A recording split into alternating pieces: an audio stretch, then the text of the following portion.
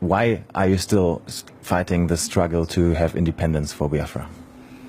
We are fighting for independence, not fighting physically with guns and bullets. We are fighting in terms of our agitation. We are fighting in terms of our belief.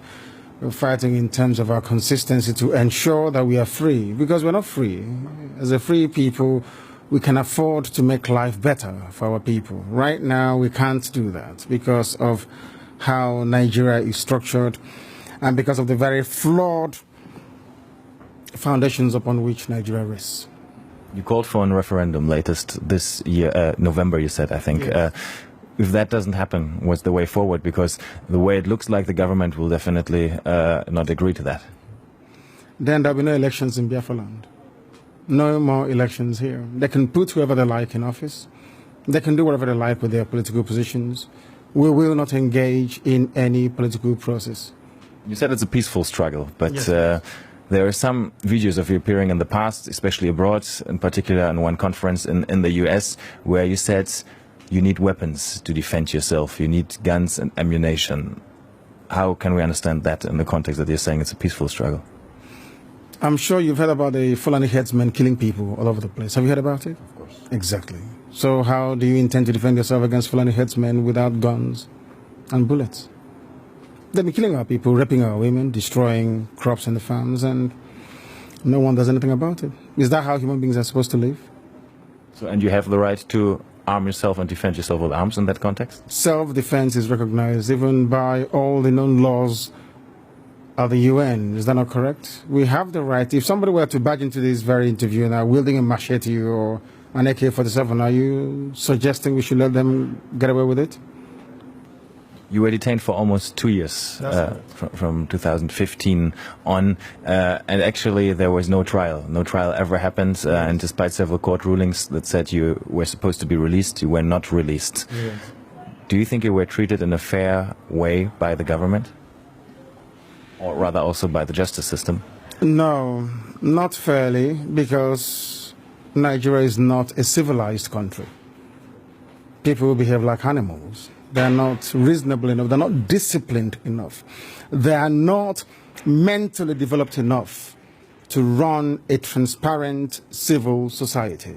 For them, they have a feudal mindset where you have the ruling class and, a multitude of poverty-stricken people who never utters any word in rebellion or to even ask questions about their plight. That is one thing we are determined to challenge. Don't you think you insult a lot of Nigerians with that? I'm being very kind, to be honest. I could have used far more harsher words to describe them. I'm being very kind. So generally you don't think very positive of your countrymen then, obviously? They are not... When you say positive, no, as individuals, perhaps there are a few good people amongst them, but as a collective, it's an absolute mess. And you can see for yourself. Didn't you go through the roads and see how horrible they are? Didn't you see how unkempt everywhere is? How filthy and dirty everywhere is? That is the product of a Nigerian system that is uniquely backwards, even by the very third world standards of Black Africa. That's the fact, and people must face up to it.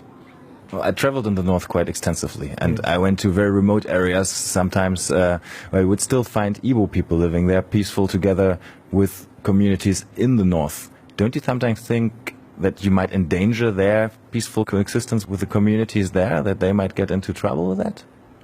So if they're living so peacefully together, or cohabiting so peacefully as you put it, how come you hear about all those uprisings in the north where southern Christians are being slaughtered and nothing gets done about it? Are you telling me that that is normal? People are in the north out of a dire need, necessity more or less, to try and survive.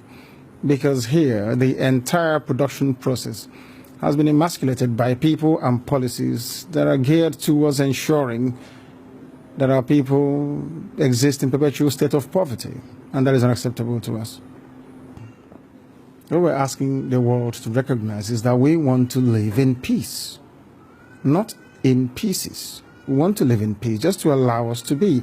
Allow Biafra to exist. We were existing before the British came. Just allow us to go back to, what we were before. No African came to Europe to create countries. So for somebody to just come in here and say, you, from today, your name is Nigeria is simply laughable.